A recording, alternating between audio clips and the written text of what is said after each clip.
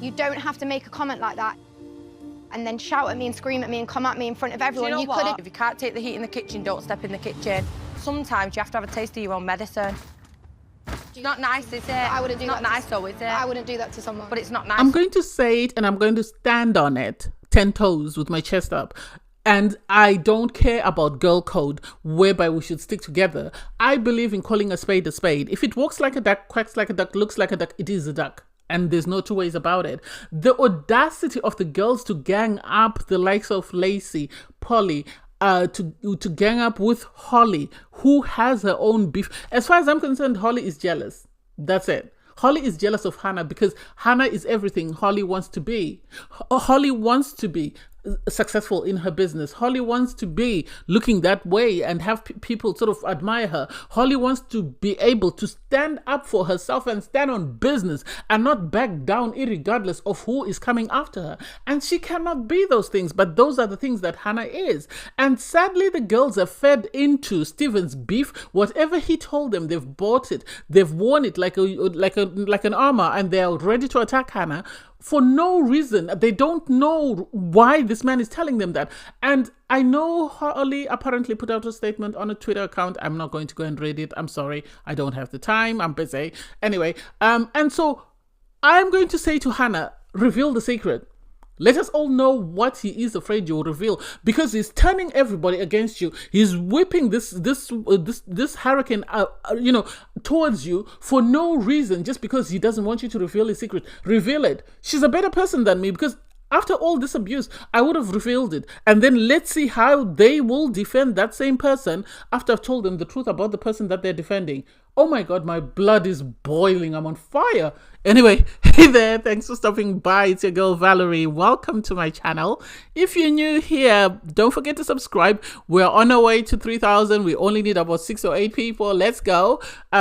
Click the like button, turn on the notification bell for when I upload new videos, share, and definitely leave a comment. In this episode, I'll be reviewing Married at First Sight UK, Season 9, Episode 32. I'm going to need someone at MAFS to sort of get their bum in gear. It's either the editing or the production team. Someone is not making sense with how they're sort of telling these stories. Because the last time we saw Luke and Amy, they were at this cooking date and Amy was storming off. And then the next time we saw her, they were sitting at a breakfast table, having a conversation, him apologizing and then giving her back the ring. How did they get into the same apartment? We do not know. Suddenly, we are expected to believe that they went from fighting, her going to bed alone, and then suddenly he's sitting at the table with her and giving her back her ring and she's accepting it. Make that make sense? Make it make sense. Don't just, throw things together and expect us to guess. You have them sort of sitting in their room and sort of her putting a mask on his face and sort of saying, I want your face to look beautiful, because, he's going for a guy's night, she's going for a girl's date. And it's like, make it make sense. How did we get here? How did we get to the point that we're now putting this mask on each other? Have we forgotten about every single thing? And no, like clockwork, she says she's decided to give him another chance and hopefully he won't let her down. And it's like, how many more chances are you going to give this man?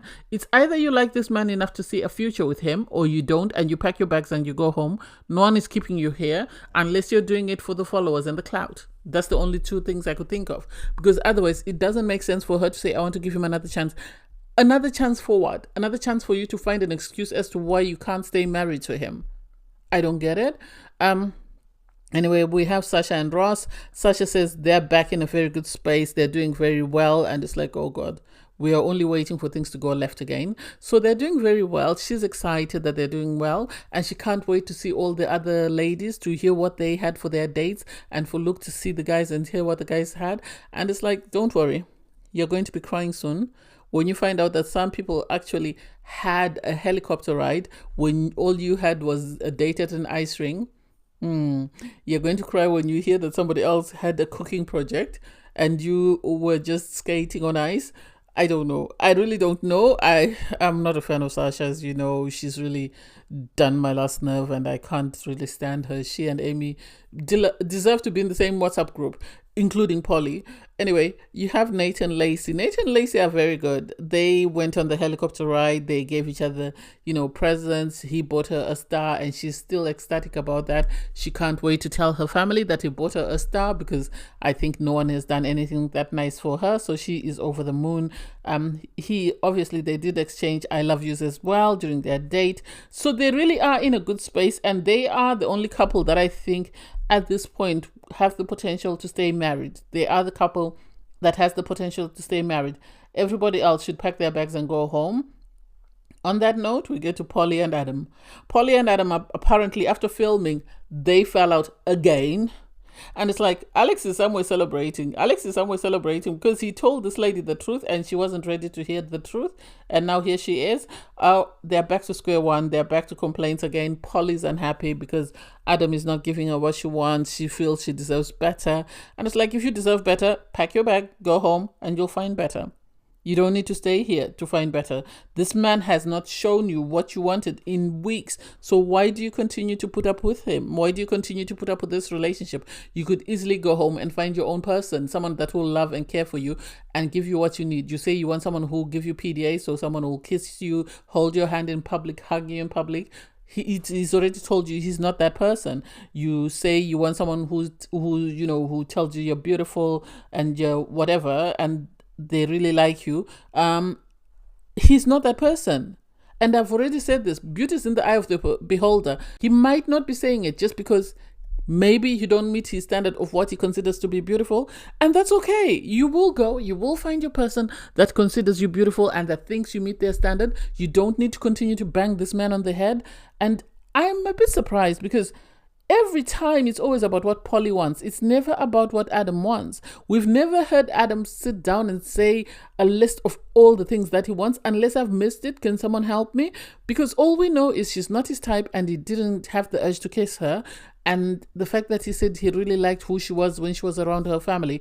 That's it. That's all we know about him. And maybe if she got to know him and asked him what he wanted, in turn he would try and sort of be more open to giving her what she needs, because it's just like the presents. He gave her a sentimental present. She gave him what she felt he deserved to get. Make that make sense? So obviously they're having a girls and a guys night. So the girls first arrive at the venue, the final four. You have Lacey, Sasha, Polly, and Amy. And the guys, obviously the husbands, arrive at a different venue. You have Adam, Luke, Ross, and Nate. They're the guys that arrive, and then they sit down and they're all excited because they've made it to the final four couples, and what's left is final vows. Everybody else then turns up. So for the girls, everybody turns up except for Rochelle and Hannah. For the guys, all the guys turn up except for Alex and Ryan. I don't know why those two. I would assume Alex, maybe that could have been the time he was in prison, because apparently he went AWOL, and so when he came back he had to serve some time in an army prison because he went AWOL. For Ryan, I don't know whether it's because he left under such a cloud, that's why maybe they didn't call him back, unless he's coming back later. And so the girls then start going around and sort of, updating the girls that have left the experiment on their relationships. First up is Sasha. Sasha says she's doing very well with Ross. They did fall out and she did write leave, but they've made up and they're in a good space. And for me, I don't know why nobody's asking questions, because I would have asked, what did you fall out about? Why did you feel the need to write leave? How were you able to resolve that? Where are you now? How are you going to avoid the same problems happening next time? No, people just heard we're doing very well and everybody smiled and they moved on and they were happy. And it's like, there's a lot to this relationship. This is why, in my opinion, Sasha and Ross were never going to succeed, because they always had these fights, and because they wanted to put on a happy face, they would always fall out. They would argue, they'd do whatever, throw their toys out of the pram and then pick them up, hide them under the carpet and pretend like everything was good. And they never allowed the experts the opportunity to help them resolve whatever issues they were having. And so this is why they are in the space where they're at. Next up is Amy. Amy says, she's still struggling with Luke because, yes, she was upset the last time, but he's continued to make more and more mistakes. And so she's decided to give him another chance. And it's like she's not giving him another chance because she loves him. She's giving him another chance for two reasons. Either production begged them, or she still wants to be on the show for the clout because she knows with Final Four, she will get more airtime than she would have in the beginning of her marriage. That's the impression that I get. And I think she's decided to try and leave on a positive edit. So I'm not really buying whatever she's selling. Good luck to those that are buying it. You have Lacey. Lacey reports that, Nate told her he loves her and they're in a very good space. Nate and Lacey, I'm not saying they're not doing very well, but they are another couple that I feel have not been honest about what's been happening in their marriage as far as I'm concerned. I feel like whatever issues they were having, they might not have been major as all the other couples, but whatever issues they were having, they were able to sort of hide them under the carpet and pretend like nothing was wrong. And this is why nobody's been able to sort of see any cracks in their sort of marriage or relationship. But otherwise, you have, Nate telling the guys that he's doing very well in his relationship. Lacey told him she loves him and he told her he loves her. The guys are happy for him. And you actually have Adam tell him that, you've really grown in this relationship. You've really changed from the man you were when we first met you. And I think he's grown. And I think Adam, had he been paired with someone like Lacey, he would have grown as well. But sadly, the person that he's coupled up with is self-centered. Talking about Adam, next up is Polly and Adam. Polly tells the girls that they're really struggling. They fell out during their date because Adam, she had to constantly ask him for more PDA, and she had to ask him, to tell her she's beautiful, and she feels like she's constantly having to ask him for stuff. Ask her, we know this is what you want. What does he want from this relationship? Or what has he asked you for in this relationship that you've been able to sort of do to make sure that he feels as comfortable in this relationship as you want to feel in this relationship? No one asked her. Everybody's more upset for her to say, oh, why isn't he doing anything for you? Why isn't he working hard to win you? What is she doing to contribute to the success of this marriage? Nobody's asking those questions. So I do not get it. And Adam, he's going on about how things have been hard and they fell out. Orson was right to say they've been together for about 5 to 6 weeks and things are still where they were on day one. What are they still doing? What are they still doing in the experiment? They need to go home because it's pointless for them to continue to go on and on about the same thing, and yet the things are not improving. So what's the point? I don't get it. I think maybe the producers wanted Polly to stay in the experiment because they'd already painted her as a villain, and if they sent her home, then there would be no one else. So I feel this is why they wanted to keep her around.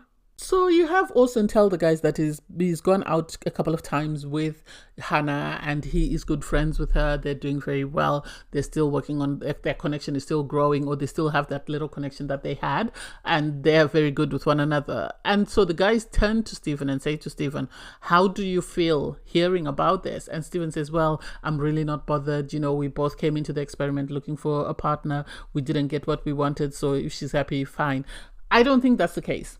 I think he doesn't want to show that he's really aggrieved that Hannah seems to be flourishing where he couldn't, in the sense that she's managed to create a bond or a friendship with someone. And I also feel like he knows, because of the snaky way he tried to sort of go after Shannon, he can't do anything. And I think his biggest fear, in my opinion, putting my hand on my heart, Stephen's biggest fear is Hannah is going to be friends with someone in the experiment and she's going to confide in them what he revealed to her. And that's his biggest fear. This is why he's trying to turn everybody against Hannah. This is why he was able to come into the girls and sort of turn them against Hannah, so that everybody doesn't have time for Hannah and no one can ask her, what is it that he told you that he didn't want you to reveal?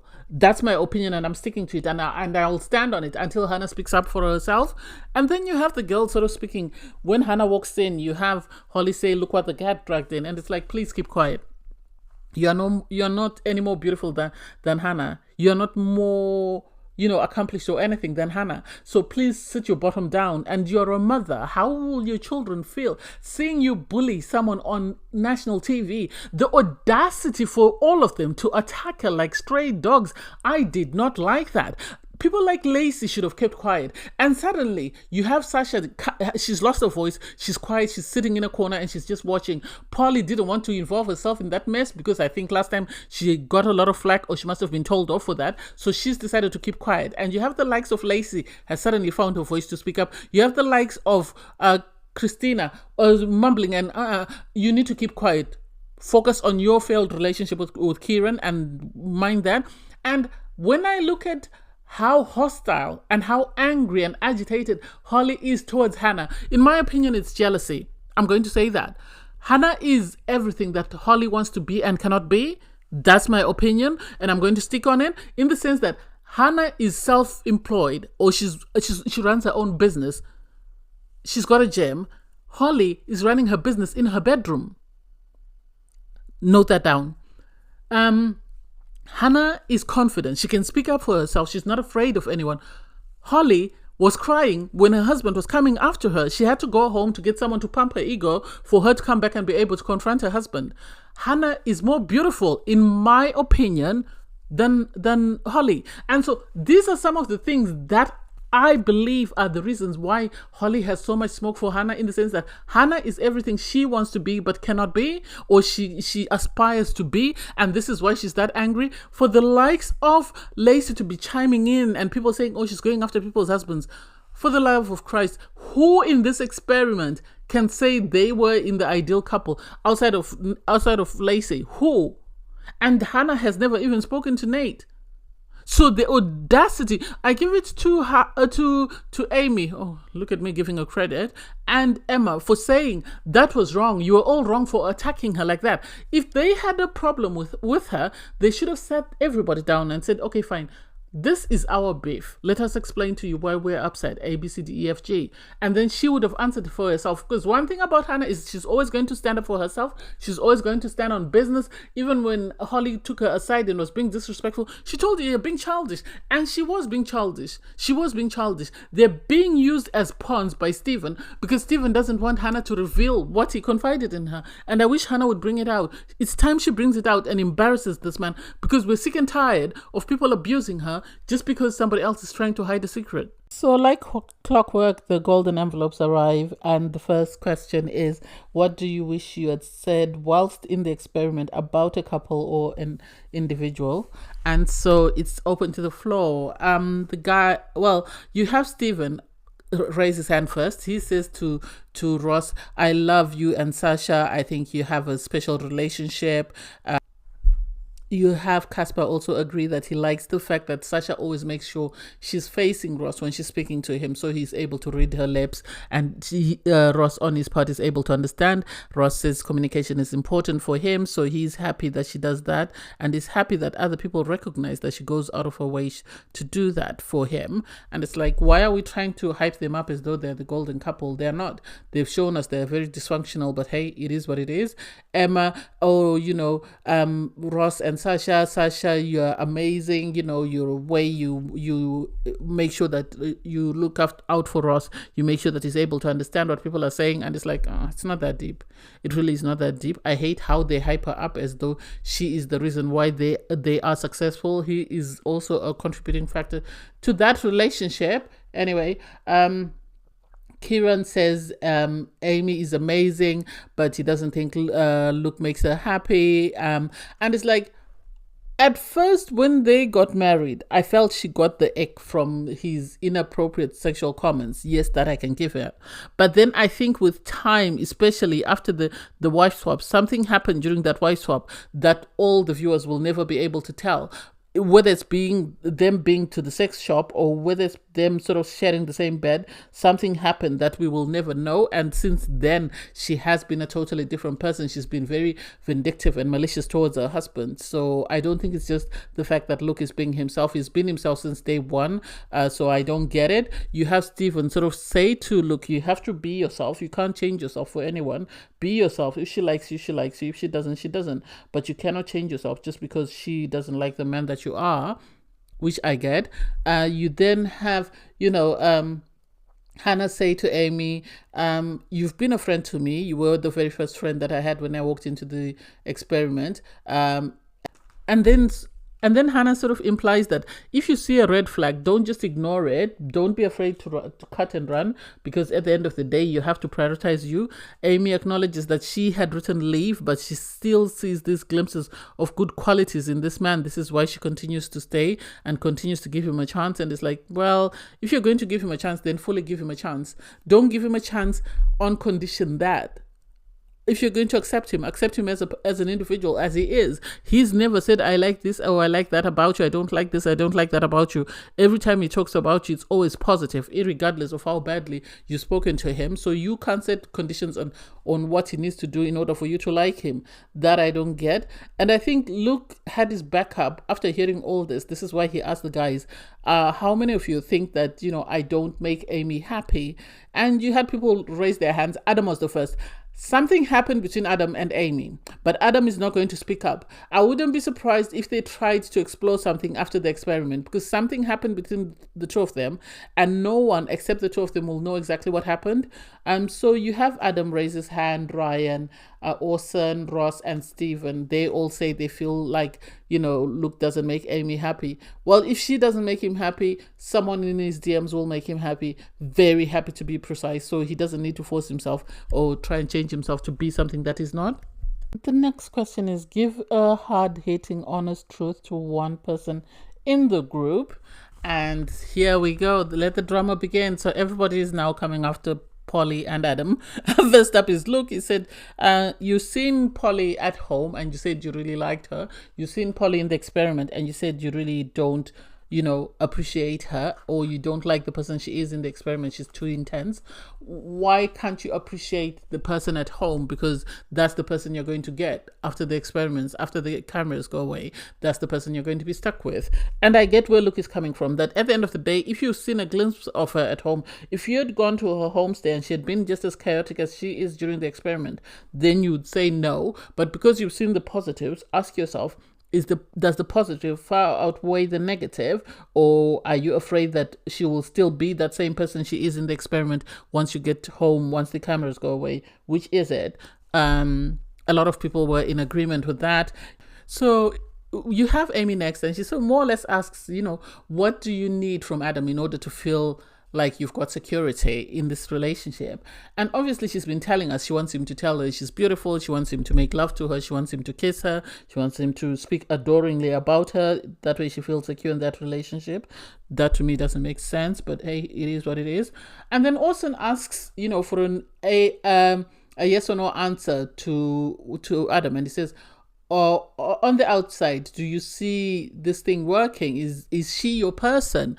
And Adam is sort of, and Orson is like, I asked you for a yes or no. That's all you need. Is it going to work or is it not? If it's not, then there's no point in continuing this relationship. And he said, I don't know. I'm confused. I don't know. And it's like, just say you don't think so. That's it.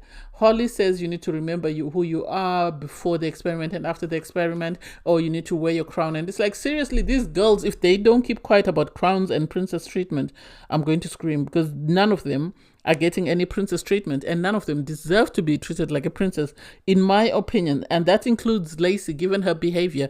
As soon as she's with the clique and they go after Hannah, I don't like the person that she becomes. I like the person that she is with Nate, but I don't like the person she becomes in the group. I feel like she just does that for attention or for acceptance from the rest of the group. Well, Christina says to Polly, Kieran didn't want to be intimate with her because he didn't see a future with her. This is why he kept making excuse after excuse after excuse. And there must be a reason why Adam doesn't want to be intimate with Polly, and Polly needs to be honest with herself. It's like, oh, I didn't know he wasn't even actually having sex with her. She was telling us that they were having sex.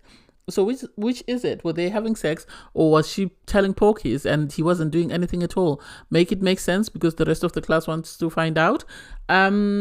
Polly then starts to cry because this is the truth that she didn't want to hear. She wanted to live on cloud 9 with everybody giving her positive feedback. And so to hear that maybe her relationship, people don't have, any faith in it, really bruised her ego. This is why she was crying. Amy says, you are a shell of yourself. All the girls agree that she needs to remember who she is. And it's like, who she is, what? She's a mean-spirited girl. I'm actually surprised that Charlie agreed to come and sit with these girls, because the last time she sat with them, Holly wasn't the best person to her, so I don't get why they've brought her in this room, and the producers have actually done this for ratings and for drama, because some of these people should not have been allowed in the same room. Some of them should have been afraid to sit with the people that they're sitting with, but because obviously they're under contract, they have no choice but to present. Anyway, what do I think? It was a great episode. I really enjoyed it, but I really hate the mean girl spirit and the bullying and the I don't even know what to say. Behavior from the girls was really off-putting, I wish Holly hadn't turned up. This didn't do her any favors. I know she put up a statement, but that's not going to serve any purpose because she was mean to Hannah. Nobody deserves that. Given the fact that Holly still went on to ask about Stephen and Shannon. I don't get it. Anyway, I digress. Thanks guys for watching. Please don't forget to like, share, comment, and subscribe. And click the link in my video to watch my review from episode 31. Bye guys.